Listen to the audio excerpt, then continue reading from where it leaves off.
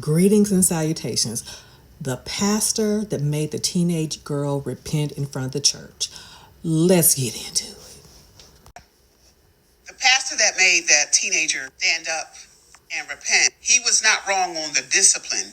He was wrong on the execution. Because how in the year 2025 are you punishing the woman and not the man? And we all know why.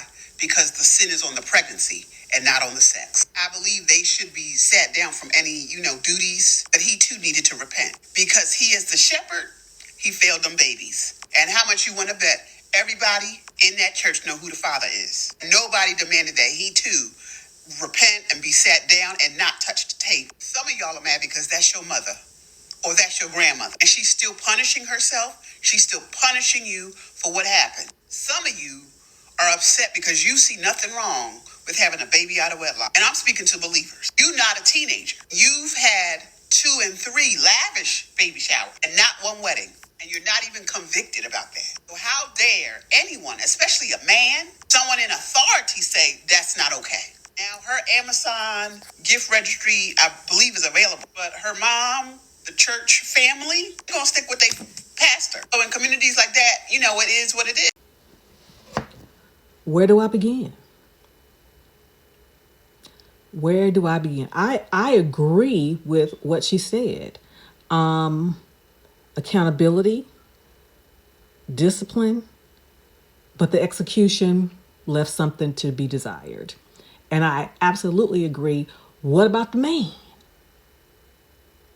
Now, the reason that it hits home for me, because my mother, as you all know, had me at 17 unwed. Now, inasmuch as from what she shared with me, she did not have to go before the church and repent, but the pastor did pull her out of all the things that she was involved in, because they did not think that it was a good representation for a unwed mother to be in leadership positions. And so my mom shared how she felt ostracized. But one of the things that, from what I do understand, that she shared with me, is that she did not have to do that. And my grandfather said that he was not going to let anyone mistreat her. And my grandfather was the superintendent of the deacons. So there was accountability, but there was not going to be any public shaming going on. Now, when you think about it, as a teenager, that definitely left a chilling effect.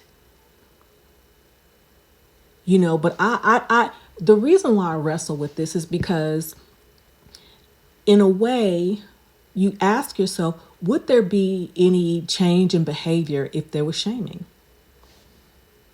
Now, okay, so I had my daughter out of wedlock. I ultimately married her dad later, but out of wedlock.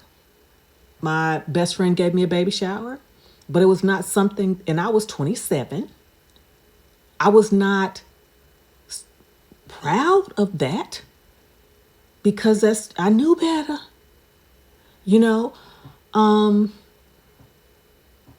but another thing she said, multiple baby showers, not one wedding. And what I found interesting is that, people think that it's okay. Well, I mean, it is your personal choice, but what kind of example is that setting? I mean, hey. And I will say that one of the things I was very proud of is that, my daughter did it the right way. She got married first and then had a child. The bridal shower before the baby shower.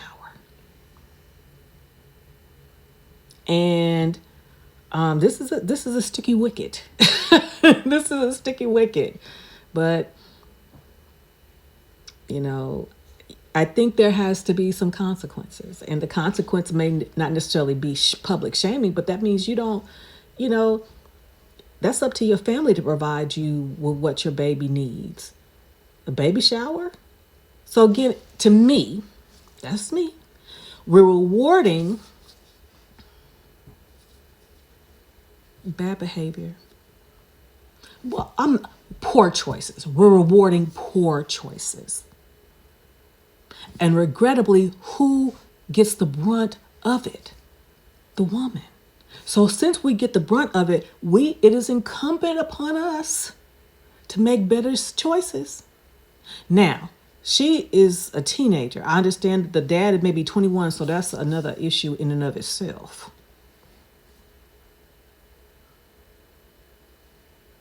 Begins with the statutory and ends with the ape. Yeah, that's a problem. But I, you know, I would imagine the pastor couldn't have done it without the permission of the parents. As for me, I wouldn't have allowed that.